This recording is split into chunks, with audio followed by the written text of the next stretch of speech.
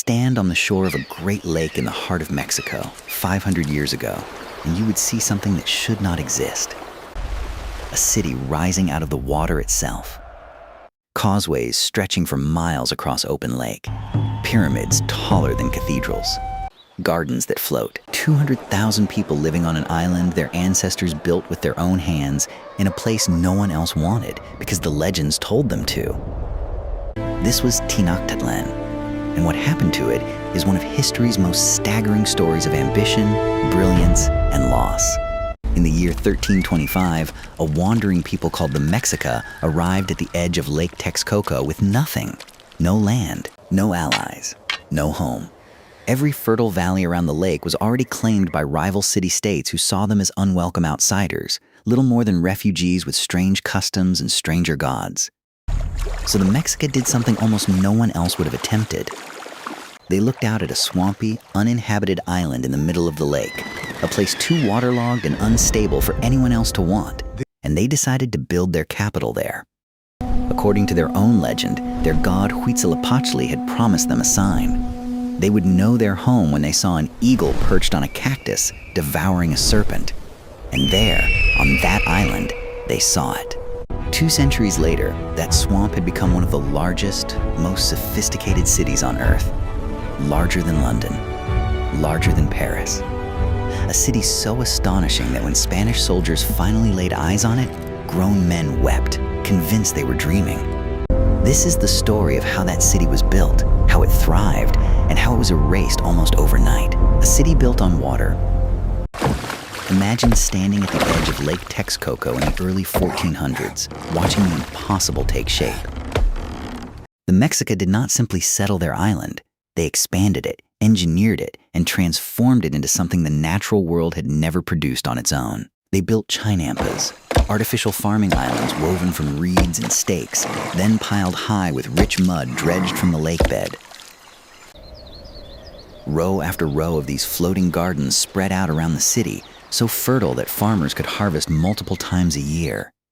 From above, the effect would have looked almost impossible. A metropolis surrounded by a green lattice of gardens, floating gently on open water. To connect their island to the mainland, the Mexica constructed causeways, raised roads of packed earth and stone that stretched for miles across the lake, wide enough for 10 men to walk abreast. Gaps were left in these causeways, fitted with removable wooden bridges so that the city's fresh water could flow and, if necessary, the entire island could be sealed off from attack. And this was a city that needed protecting from the water itself. The Mexica built dikes and levees to hold back flooding and separate the fresher water near the city from the saltier water further out in the lake. An entire hydraulic system invented and refined by a people who, a century earlier, had owned nothing but the clothes on their backs. By the early 1500s, an estimated 200,000 people called this island home. To put that in perspective, it was larger than most European capitals of the same era. And every single person living there depended on a city that, by all logic, should not have been able to exist. The sacred heart of the empire, at the center of Tenochtitlan, stood its beating heart, a walled, sacred precinct filled with temples, and rising above all of it, the Templo Mayor. Twin staircases climbed nearly 200 feet into the sky, leading to shrines dedicated to Huitzilopochtli, god of war and the sun, and Tlaloc, god of rain and fertility. To the Mexica, this was not simply architecture.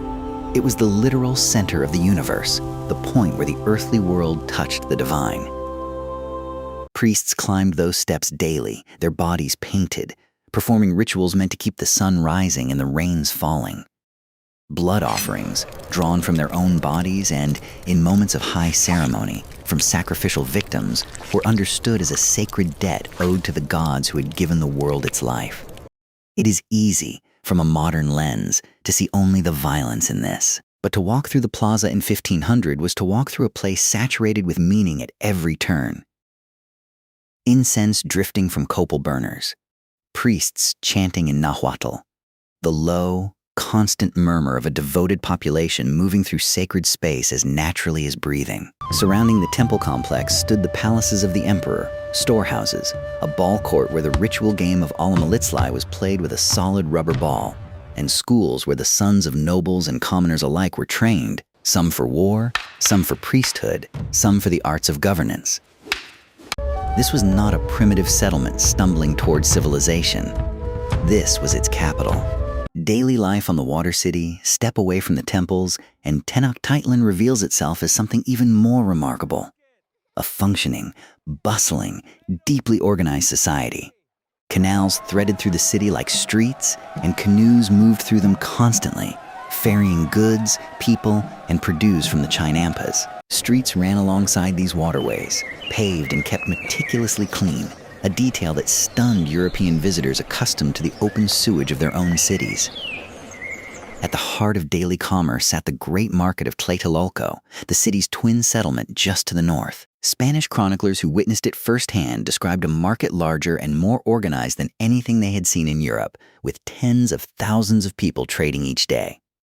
Merchants sold maize, beans, chili peppers, cacao beans used as currency, cotton textiles dyed in brilliant colors, gold and turquoise jewelry, exotic feathers from tropical birds, obsidian tools, and medicinal herbs. Every good had its designated section. Officials patrolled to prevent fraud. A functioning legal system stood ready to resolve disputes on the spot. Society itself was carefully layered. Nobles, priests, and warriors occupied the upper tiers, while commoners, farmers, and enslaved people, often war captives or debtors working toward freedom, formed the base. But even within this structure, there was mobility. A commoner's son who distinguished himself in battle could rise to noble status, an opportunity almost unheard of in contemporary Europe. Children were educated in schools depending on their class and gender, learning history, religion, warfare, or domestic skills. Marriage was arranged but built around genuine social ritual and celebration. Music and poetry were treasured art forms, and Nahuatl poetry from this era survives today, aching with reflections on beauty, mortality, and the fleeting nature of life itself. This was a civilization that had, in 200 years, built not just a city, but an entire world. The empire that fed the city, none of this would have been possible without the machinery of empire that surrounded Tenochtitlan. By the early 1500s, the Mexica, now the dominant partner in what historians call the Aztec Triple Alliance, controlled a vast tributary network stretching across central Mexico. Conquered city-states did not typically lose their local rulers or customs. Instead, they were bound into a system of tribute, sending goods, food, textiles, and labor to Tenochtitlan on a regular schedule. Warriors who distinguished themselves in these campaigns earned prestige, land, and rank, and warfare itself was woven into the religious calendar, timed around ritual needs as much as territorial ambition. This tribute system is what allowed a city built on a swamp to feed 200,000 people. Corn, cotton, cacao, gold, and exotic goods flowed in from hundreds of miles away, carried by porters along roads that connected the empire like arteries feeding a heart. But empire built on tribute and conquest also built resentment. Many of the city-states paying tribute to Tenochtitlan did so under duress, nursing old grievances, waiting for an opportunity to break free. That opportunity, when it came, would not look anything like what anyone expected. Strangers from the sea in February of 1519, ships appeared off the coast that no one in the Aztec world had ever seen before. Hernán Cortés, a Spanish conquistador, landed with roughly 500 men, several horses, and a handful of cannons. By the standards of the empire that awaited him, it was a laughably small force. And yet Cortés understood something crucial. The Aztec Empire was not a unified nation. It was a network of subjugated peoples held together by tribute and fear. As he marched inland, Cortés forged alliances with groups like the Tlaxcalans, longtime enemies of the Mexica who saw the arrival of these strangers as a chance for liberation. When Cortés and his growing coalition of Spanish soldiers and indigenous allies finally reached the edge of Lake Texcoco in November 1519, the sight that greeted them defied belief. Soldiers who had crossed oceans and marched through jungles stood frozen, staring at a gleaming white city rising from the water, its causeways stretching toward them like roads into a dream. Some later wrote that they wondered if what they were seeing was real or an enchantment. The Aztec emperor, Moctezuma II, received them cautiously, uncertain whether these strangers were a threat, an omen, or something else entirely. For months, an uneasy standoff unfolded inside the city itself, tension coiling tighter with every passing week. Then, in the spring of 1520, it broke. The fall of the city, what followed, was chaos. Spanish soldiers, in a moment of panic and violence, massacred Aztec nobles during a religious festival. The city rose up. Moctezuma, discredited among his own people for his hesitation, died in the uprising that followed, the circumstances of his death still debated by historians. Cortés and his men were forced into a desperate retreat across the causeways in the middle of the night, an event Spanish chroniclers would later call La Noche Triste, the Night of Sorrows, as hundreds of soldiers drowned under the weight of stolen gold or were cut down fleeing the city they had tried to seize.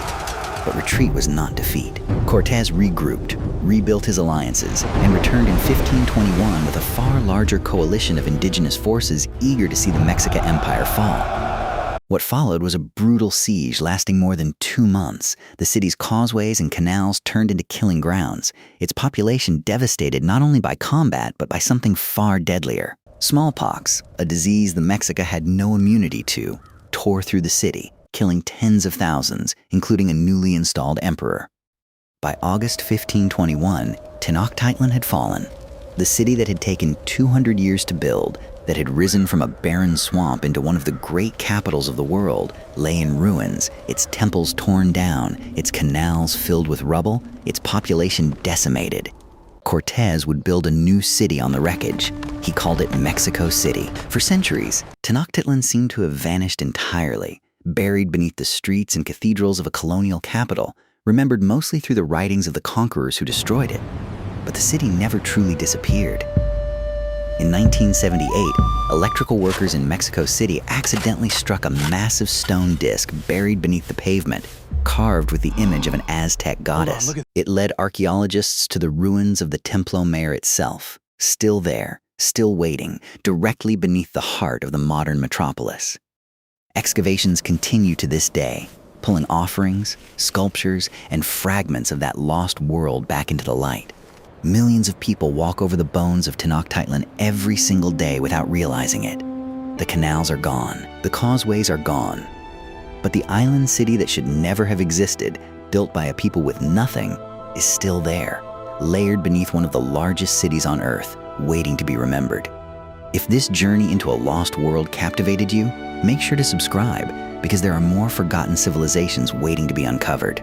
And let us know in the comments which lost city or ancient empire you want us to bring back to life next.